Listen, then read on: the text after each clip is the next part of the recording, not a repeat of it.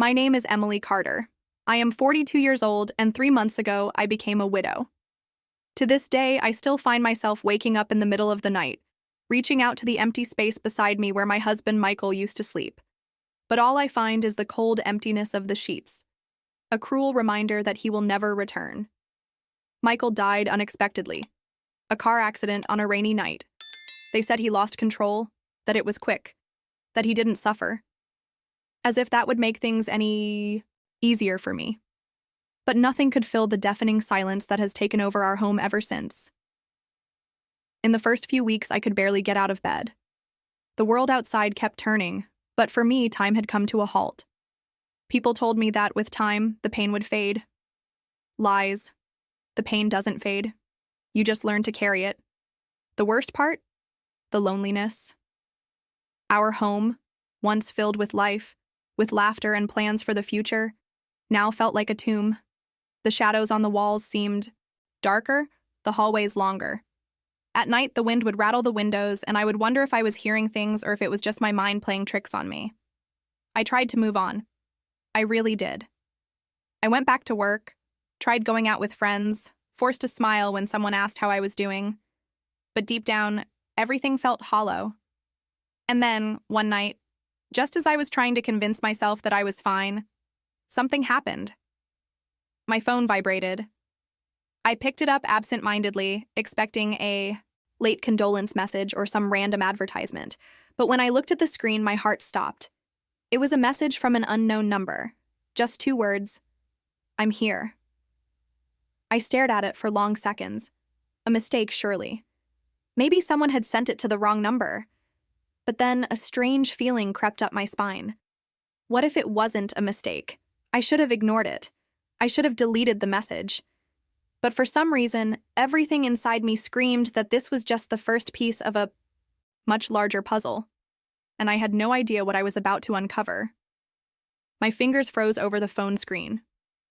I'm here. 2 words, simple, direct. But they carried a weight that tightened like a knot in my throat. I took a deep breath. It was late. Maybe exhaustion was playing tricks on me. Maybe it was a mistake, a wrong number. Yes, that had to be it. There was no other explanation. But then something inside me hesitated. The message came with no follow-up, no name, no explanation. Just that. AI. Cold, faceless digital whisper. I decided to ignore it. I blocked the number, placed the phone on my nightstand, and went to bed. But sleep never came. I lay there in the dark, feeling my heart pounding harder with every passing minute. Was this something Michael would do? He had always loved enigmatic games, surprising me with hidden notes, short and mysterious phrases meant to make me smile. But this was impossible. Michael was dead. The next day, I tried to go about my routine as usual, went to work, pretended everything was fine, but the message lingered in my mind. No matter how many logical explanations I gave myself, something didn't add up. And then, that very night, another message arrived. This time, my entire body turned cold before I even read it. You still wear my shirt to sleep. I nearly dropped the phone. My heart slammed against my ribs. My vision blurred. Yes. Yes, I did. It was one of the last habits I couldn't let go of. An old shirt of Michael's, far.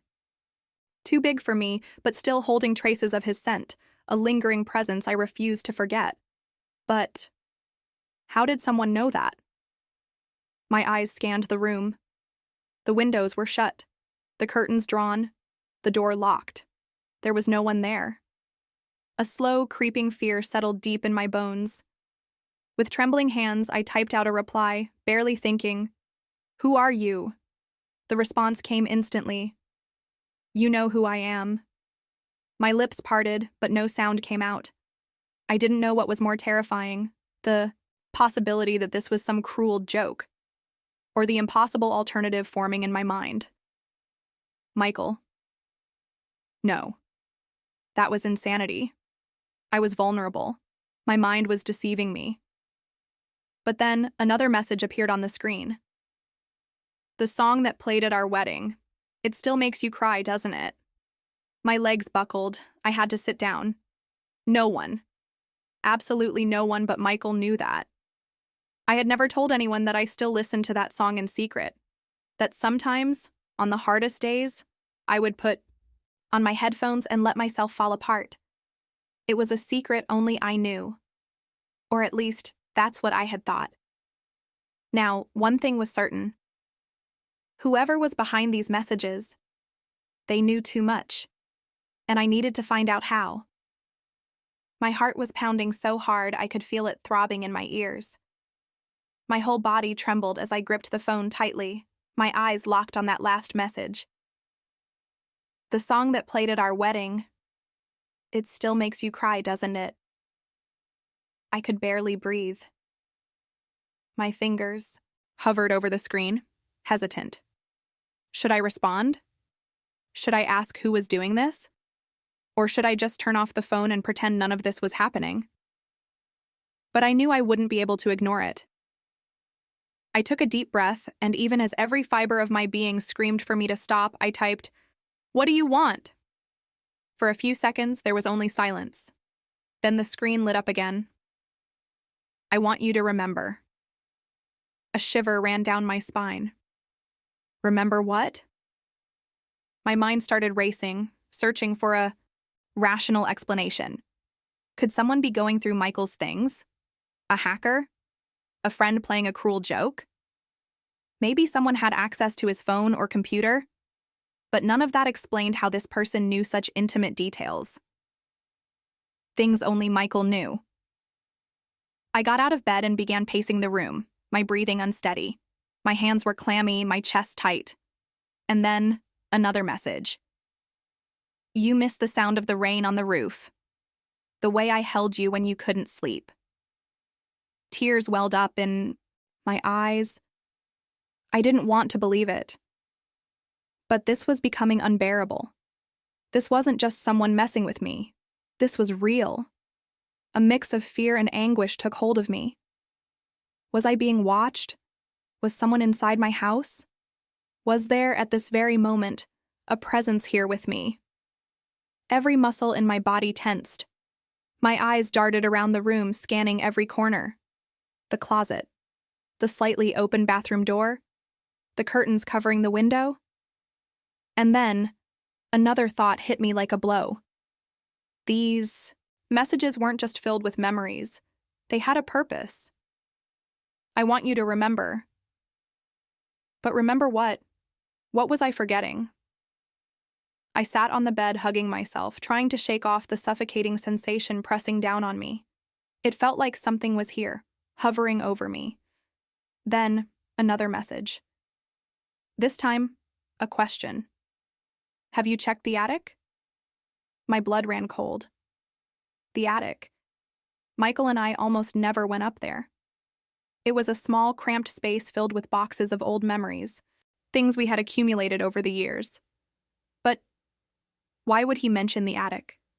Was there something up there? Something I didn't know about? My heart pounded in my chest. I didn't want to go. I didn't even want to get near that hatch in the hallway ceiling. But at the same time, something inside me whispered that this was the only way to uncover the truth.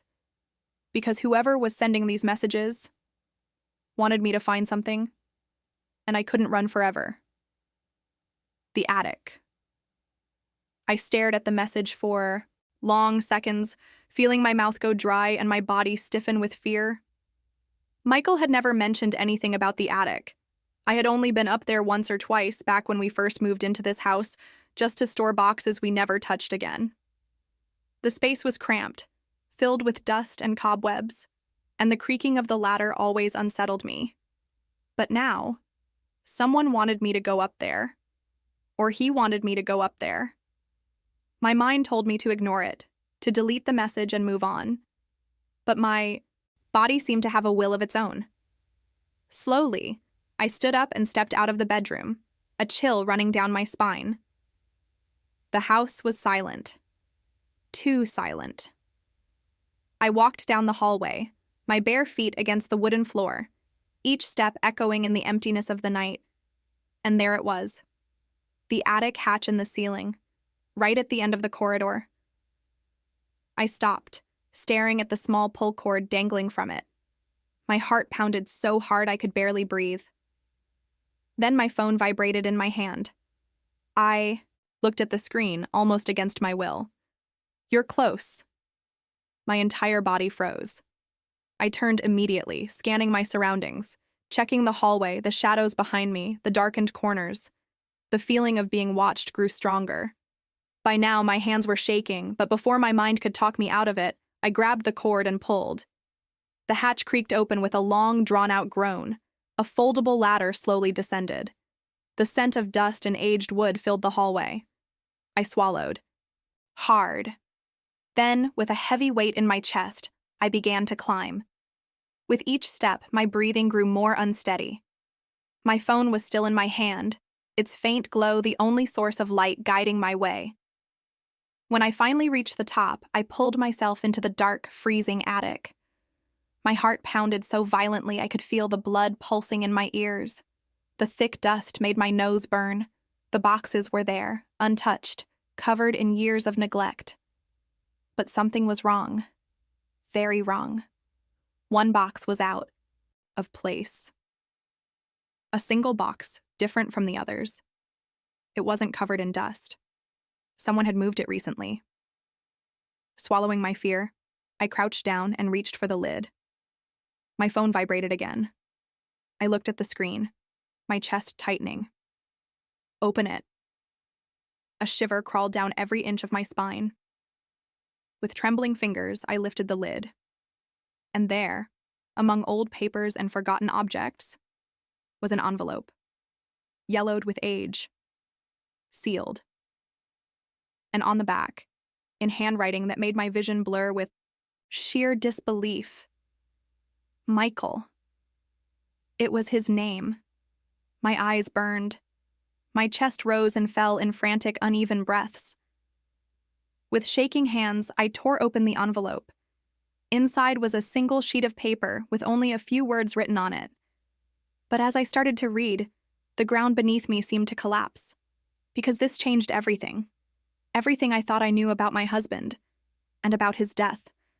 My trembling fingers held the yellowed sheet of paper as my eyes raced over the words written in Michael's unmistakable handwriting. With each sentence I read, my breath grew shallower. My heart pounded so hard I could barely hear anything else. The letter was short, direct, but it carried a weight that crushed my chest. "Emily, if you're reading this, it means something went wrong. I'm sorry, but you need to know the truth." My entire body tensed. Something went wrong? I kept reading even though part of me wanted to drop the paper and run. I didn't die by accident. If something happens, to me, don't believe what they tell you. It wasn't an accident. They will try to deceive you. But the answer is here, in our house. My blood turned to ice. My hands grew clammy and the paper nearly slipped between my fingers. They? Who were they? My phone vibrated in my hand. I let out a strangled gasp, nearly dropping it. With my heart lodged in my throat, I glanced at the screen. A new message. Now you know. A shiver ran down every inch of my body. This couldn't be real. This couldn't be happening.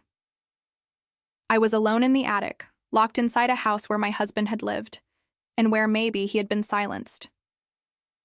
I had never questioned Michael's death. It had never crossed my mind that it could be anything other than an accident. But now, every odd detail from that night rushed back like pieces of a puzzle I had never realized existed. His car crashed into a tree. But were the brakes working? He was alone in the vehicle. But was I certain no one had followed him? The police? Report was quick, too simple. No in-depth investigation. And the most terrifying thought of all. If Michael knew something was going to happen to him, why had he never told me? The air around me felt heavier. My skin prickled with the eerie sensation of being watched. My phone vibrated again. Another message. This time, 3 words that made my throat go dry. Leave the house. By now, my instincts were screaming at me to run, but my feet were glued to the floor. Something inside me whispered that if I climbed down that ladder, if I walked out that door, I might never get the answers I needed. I swallowed hard and picked up the letter again. Michael said the answer was here. But where? And then I saw it. At the bottom of the box, buried beneath old, useless papers, was a key. Small. Rusted. I picked it up, feeling the cold weight of the metal in my palm. Michael had wanted me to find this. But why? Suddenly, the house felt even quieter, as if it was holding its breath along with me. My phone vibrated once more. They're coming. That was all it took to snap me into action. I shoved the box back into place, pushed it to the corner, and practically stumbled down the attic ladder. My mind screamed a single command: run! But deep down, I knew this was far from over. Michael had tried to warn me, and now I had to figure out what he wanted me to see, before it was too late. I had thought my greatest pain was losing Michael, but now I realized his death was a mystery. One that I was right in the middle of. The messages, the letter, the key. They had all led me to a dark truth I had never imagined. Someone wanted to keep me from uncovering it, but Michael wanted me to fight to find it. And I wouldn't stop until I knew what really happened that night, even if it meant risking everything, even if it meant I could be next.